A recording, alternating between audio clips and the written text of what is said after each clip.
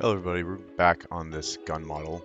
I'm going to be showing you how to create a textured piece just like so, turning it into like this red look. So first we're just going to be selecting our piece, making an isoparam and duplicating it to create it as a spline.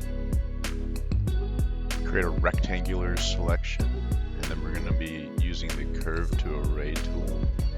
I have it in my hot menu over there.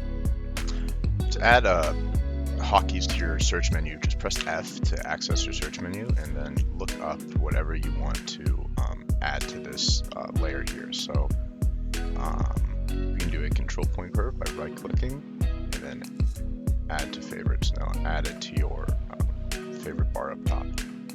After setting up our array, we're just going to isolate the splines, extrude them, and delete the splines.